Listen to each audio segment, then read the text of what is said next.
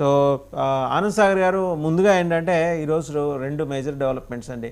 అంటే సాయంత్రానికి చంద్రబాబు గారు హైదరాబాద్ చేరుకోబోతున్నారు. తెలుగుదేశం పార్టీ తెలంగాణలో మళ్ళీ దాని పునర్జీవనం ప్రారంభం కాబోతుంది. దానికి ఇండికేషన్ హైదరాబాద్లో కళకళలు అవన్నీ కనిపిస్తున్నాయి. లీడర్స్ అందరూ కూడా మొన్న దాకా కలుగుల్లో దాక్కొని కాంగ్రెస్ క్యాంపుల్లో సేదతీరిన తెలుగుదేశం నాయకులందరూ వచ్చేస్తున్నారు బయటికి. మళ్ళీ వచ్చి తెలుగుదేశంలో తిరిగి యాక్టివ్గా పార్టిసిపేట్ చేయబోతున్నారు. సో అదొక అంశం అయితే, రేపు రెండు రాష్ట్రాల ముఖ్యమంత్రులు సమావేశం కాబోతున్నారు. మన వైపు నుంచి విభజన హామీల మీద నిక్కచ్చిగా నిర్దిష్టంగా మాట్లాడే అవకాశం ఉందా మన ముఖ్యమంత్రి చంద్రబాబు గారు? ముందుగా మీకు ప్యానెల్లో ఉన్నటువంటి పెద్దలకి హృదయపూర్వక నమస్కారం సార్. రేపు జరగబోతున్నటువంటి భేటీ ఒక చారిత్రాత్మకమైనటువంటి భేటీ. అంటే నాయకులు, ముఖ్యమంత్రులు ఈగోలకు పోకుండా, పార్టీలు పట్టించుకోకుండా, కేవలం తెలుగు జాతి అభివృద్ధే ధ్యేయంగా, సంక్షేమమే ధ్యేయంగా, భవిష్యత్తే ధ్యేయంగా జరుగుతున్నటువంటి ఒక అపూర్వమైనటువంటి భేటీ.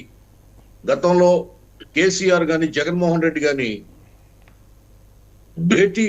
వాళ్ళు భేటీలు అయ్యారు కానీ వాళ్ళు లూటీ చేశారు రాష్ట్రాలని. అక్కడ నేను చేస్తాను, ఇక్కడ నువ్వు చేయనే ఆ ఒప్పందంతో లూటీ చేశారు రాష్ట్రాన్ని. ఈ భేటీ అలాంటిది కాదు, భావితరాలకు ఒక భరోసా ఇచ్చే భేటీ. కాబట్టి ఈ భేటీని ప్రతి తెలుగువాడు స్వాగతించాలి, దీన్ని ఆస్వాదించాలని చెప్పి నేను మనపూర్వకంగా మీ ద్వారా తెలుగు జాతి ఎక్కడున్నా వారికి విజ్ఞప్తి చేస్తాను. అనేకమైనటువంటి జాతీయ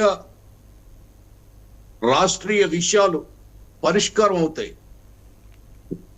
నదుల అనుసంధానం దగ్గర నుండి, నీటి ప్రాజెక్టుల దగ్గర నుండి, అనేకమైన విభజన హామీలు ఏవైతే ఉన్నాయో, అపరిష్కృతంగా ఉన్నాయో, ఆంధ్రాకు రావాల్సినటువంటి నిధులు, ఆస్తులు ఏవైతే ఉన్నాయో, బకాయిలు ఏవైతే ఉన్నాయో అవన్నీ కూడా తీసుకొచ్చే ప్రయత్నం రేపు జరగబోతుంది. రేవంత్ రెడ్డి గారు కూడా చాలా పాజిటివ్గా, చంద్రబాబు నాయుడు గారు ఎంత పాజిటివ్గా వెళ్తున్నారో ఆయన కూడా అంతే పాజిటివ్గా వస్తున్నారు. అందుకే ఇది సాధ్యమైంది భేటీ. రెండు తెలుగు రాష్ట్రాల ముఖ్యమంత్రులు కూర్చుని మాట్లాడుకోవడం వేరు, మంత్రులను వెంట పెట్టుకుని, అధికారులను వెంట పెట్టుకుని అధికారికంగా ఒకరింటికి ఒకళ్ళు బిర్యానీలు తిని, టీలు తాగి, స్వీట్లు తిని, పానులు తిని వచ్చే భేటీ కాదు ఇది. అధికారయుతంగా, అఫీషియల్ గా, అథెంటికేటింగ్ గా వాళ్ళు భేటీ కాబోతున్నారు. ఖచ్చితంగా రెండు రాష్ట్రాలకి మేలు జరుగుతుంది. మరీ ముఖ్యంగా అతిపేద రాష్ట్రమైనటువంటి ఆంధ్రప్రదేశ్కి 5 సంవత్సరాలు పరిపాలనలో, వైసీపీ పరిపాలనలో 50 ఏళ్ళు వెనక్కిపోయినటువంటి రాష్ట్రానికి ఇదొక స్వాతి చినుకు లాంటిది ఈ పరిణామం, ఈ భేటీ. కాబట్టి రాష్ట్రం మేలుకొనే ఏ పార్టీ అయినా, ఏ వ్యక్తి అయినా దీన్ని స్వాగతించాలి. అవసరమైతే రాష్ట్రానికి మేలు జరిగే సలహాలు, సూచనలు కూడా ఇవ్వాలి. అంతేగాని దీని మీద బురద జల్లే ప్రయత్నం, దీన్ని విమర్శించే ప్రయత్నం చేయడం భావ్యం కాదు. రాష్ట్రం ఇప్పటికే చాలా చాలా చాలా నష్టపోయింది. ఆ నష్టాన్ని పూడ్చే ప్రయత్నమే చంద్రబాబు నాయుడు గారు ఇప్పుడు ఈ భేటీ ద్వారా స్టార్ట్ చేశారు. కాబట్టి ఈ రాష్ట్రం మళ్ళీ సస్యశ్యామలమై, సుభిక్షమై, భావితరాలకు ఒక బంగారు బాట వేస్తూ ఒక రాజధాని నిర్మాణం, పోలవరం నిర్మాణం, ఇంకా అనేకమైనటువంటి అపరిష్కృతమైనటువంటి సమస్యల నుండి రాష్ట్రాన్ని బయట పడేసే ఒక అపూర్వమైనటువంటి ఘట్టం ఈ భేటీ. కాబట్టి దయచేసి అన్ని పార్టీలు ఈ భేటీని స్వాగతించాలి, సపోర్ట్ చేయాలని మీ ద్వారా కోరుకుంటూ, తర్వాత ఇప్పుడే మాట్లాడారు వైసీపీ ప్రతినిధి వారు, ఎవరో ఎంపీ గారు పార్లమెంట్లో బీజేపీని వాషింగ్ మిషన్లు వేసి ఉతికి ఆరేసారని చెప్తున్నారు. బాగానే ఉంది, పార్లమెంట్లో ఏదో ఎంపీ గారు బీజేపీని ఉతికి ఆరేసారని చెప్తున్నారు. మీరు ఇక్కడ బీజేపీ చేతిలో ఓడిపోయి, కూటమి చేతిలో, బీజేపీ కూడా భాగస్వామి కాబట్టి బీజేపీ చేతిలో ఓడిపోయి ఢిల్లీకి పోయి మీరు స్పీకర్ ఎన్నికల్లో ఎందుకు మద్దతు తెలిపారు? బీజేపీకి ఎందుకు ఓటేశారు? ఏమిటి మీ నైతికత? విలువలు ఏమన్నా ఉన్నాయా మీకు? మేము పొత్తు పెట్టుకుంటే దాన్ని హేళన చేస్తాం, మాది కూటమి అంటే దాన్ని హేళన చేస్తాం. మీరేమో అనైతిక పొత్తులు పెట్టుకుని చీకట్లో సంప్రదింపులు జరుపుకుని మీ భయంతో, మీ వ్యక్తిగతమైనటువంటి భయంతో అక్కడ పోయి మీరు లొంగిపోతారు, బోర్ల పడతారు, ప్రాధేయపడతారు, ప్రదక్షిణ చేస్తారు, పొర్లు దండాలు పెడతారు. మీరు మాట్లాడతారేంటి? కొంతకాలం మీరు వేచి చూడండి, నేడు పోయి రేపు రండి మాట్లాడదాం. మేము కూడా 6 నెలలు మీ పరిపాలన గురించి మాట్లాడలా. ప్రజాస్వామ్యాన్ని గౌరవించాలి, ప్రజా తీర్పును గౌరవించాలి, రాజ్యాంగాన్ని గౌరవించాలి. సామాన్యమైనటువంటి తీర్పు ఇచ్చాడు ఆ ఓటరు. మీరు మాట్లాడినట్టు ఈ రాష్ట్రంలో అభివృద్ధి జరిగి ఉంటే, మీరు మాట్లాడినట్టు ఈ రాష్ట్రంలో అవినీతికి తావు లేకుండా ఉండుంటే, మీరు మాట్లాడినట్టు ఈ రాష్ట్రంలో ప్రజాస్వామ్యబద్ధంగా పరిపాలన సాగి ఉంటే, ఇంత చావు దెబ్బ మీరు తినేవాళ్ళరా? ప్రజలు గుడ్డిగా తీర్పునిస్తారనుకుంటున్నారా? మీరు అనవసరంగా ఓటేస్తారనుకుంటున్నారా? మీరు రాష్ట్రాన్ని గాలి కుదిలేసి కేవలం తెలుగుదేశం పార్టీ మీద కక్ష కట్టి సర్వనాశనం చేశారు 5 సంవత్సరాలు రాష్ట్రాన్ని. ఎప్పుడొచ్చాడు మీ ముఖ్యమంత్రి? ఎప్పుడొచ్చాడు మీ ముఖ్యమంత్రి ప్రజల్లోకి? చేసిన 16 రోజులు అవ్వలేదండి, అప్పుడే క్యాబ్ జెమినీ కంపెనీ వెళ్ళిపోయింది. అది మీ సంపద సృష్టి. చూడండి అమ్మా, కంపెనీ వెళ్ళిపోయింది, రామ్ గోపాల్ గారు కంపెనీ వెళ్ళిపోయింది. రామ్ గోపాల్ గారు నీకు ఇంటరప్ట్ చేస్తే నువ్వు బాధపడ్డావు. రామ్ గోపాల్ నీకు ఇంటరప్ట్ చేస్తే నువ్వు బాధపడ్డావు. మరి నువ్వెలా దూరం? ఇప్పుడు నువ్వెలా దూరం? నువ్వేలా మధ్యలో ఇంటరప్ట్ చేస్తున్నావు? బుద్ధి జ్ఞానం ఉండాలి. ఏం మాట్లాడుతున్నావు? నోర్పై ఏం మాట్లాడుతావు? నీకే తెలియదు. ఏంటండి వాస్తవం గారు, ఈమె ఆయన క్రిటిసైజ్ చేసింది మాట్లాడుతూ వచ్చిందని.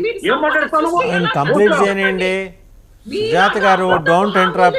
సుజాత గారు ఆయన్ని మాట్లాడియండి, ఆయన మాట్లాడియండి.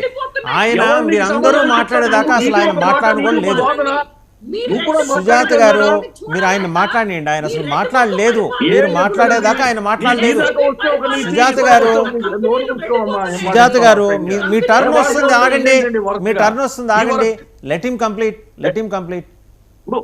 ఆయన ఈవిడ మాట్లాడుతున్నప్పుడు రామ్ గోపాల్ గారు వస్తే ఆవిడ అభ్యంతరం చెప్తారు, అది తప్పు అంటారు. నేను మాట్లాడితే ఈవిడ దూరతారు. ఏంటది? ఏం సంస్కారం అది? మీరు ఆవిడ ఆగారులేండి, కానీ మీరు కంప్లీట్ చేయండి.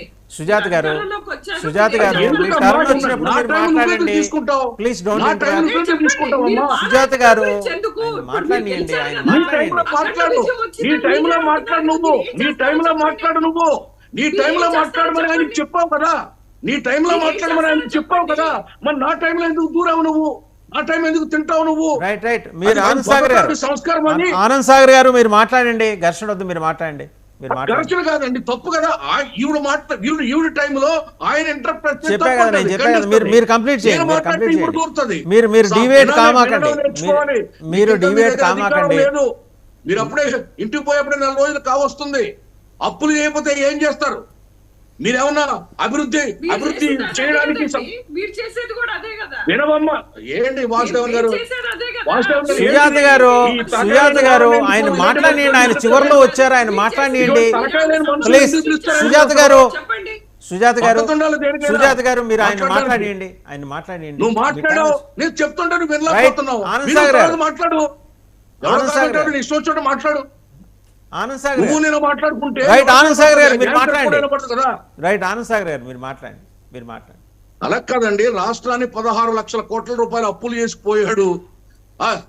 చిన్న భిన్నం చేశాడు, కుక్కల చింపిన విస్తరణ చేశాడు రాష్ట్రాన్ని. ఏం చేస్తారు ఇక్కడ? సంపద సృష్టించిన గాలి అల్లావుద్దీన్ అద్భుత దీపం ఉంటుందా? చూమంత్రం అంటే డబ్బులు రాస్తాయా? లేకపోతే జగద్గురు ఆదిశంకరాచార్యులాగా కనకదార స్తోత్రం చదివితే ఆకాశం నుండి బంగారపు నాణ్యాలు రాస్తాయా? ఏం మాట్లాడుతుందండి? అప్పులు అయిపోతే ఎక్కడికి తెమ్మంటావు? నీ నాయకుడు చేసిన ఘనకార్యం అది, నీ పరిపాలన చేసిన ఘనకార్యం అది. దోచుకుని రాష్ట్రాన్ని గనులు, మట్టి, ఇసుక, మద్యం ద్వారా, మాఫియా ద్వారా ఈ రాష్ట్రాన్ని దోచుకుని మీరు ఒప్పుకున్నారండి. చెప్ప కూడా లేకుండా రాష్ట్రానికి సంపద సృష్టించడం అసాధ్యం అనేది ఒప్పుకున్నారు. సుజాత గారు అదే మీరు ఆగండి అమ్మా, మీరు ఆగండి, ఆయన కంప్లీట్ చేయండి, కంప్లీట్ చేయండి. ఎలా సంపద సృష్టిస్తారు చెప్పండి. ఆయన కంప్లీట్ చేయండి. వచ్చి వాళ్ళు ఇంకా 1 month కాలేదు, వాళ్ళ బ్రీతింగ్ స్పేస్ వాళ్ళకి ఇవ్వాలా మనం? నువ్వు ఇంకెక్కడో పిచ్చితనం ఎక్కడో ఉన్నావు, నువ్వు ఈ రాష్ట్రంలో లేవు, ఈ రాష్ట్రంలో లేవు నువ్వు, నీకేం అర్థం కావట్లా. నీకు మీ నాయకులుగా మీ అందరికి మెంటలు వచ్చేసింది దెబ్బతో, వాటర్ కొట్టిన దెబ్బతో మైండ్ బ్లాక్ అయిపోయింది. మీకు ఏం మాట్లాడతారో తెలియదు. నిన్న జైలుకు పోయి ఏమంటాడు, ఈవీఎం పగల ఉండడం తప్ప అంటాడు. తూ తూ తూ అని వస్తున్నారు జనం ముఖం మీద. ఏం మాట్లాడతారు మీరు? మూసుకుని ఉండండి. ఒక 6 మాసాలు 7 మాసాలు ఏం జరగబోతుందో, ఎలా జరగబోతుందో. సుజాత గారు ఆయన కంప్లీట్ చేయనియండి. ఓకే, తప్పు మీరు ఇలాంటి డిబేట్లు పెట్టకూడదు. రైట్. డివి శ్రీనివాస్ గారు.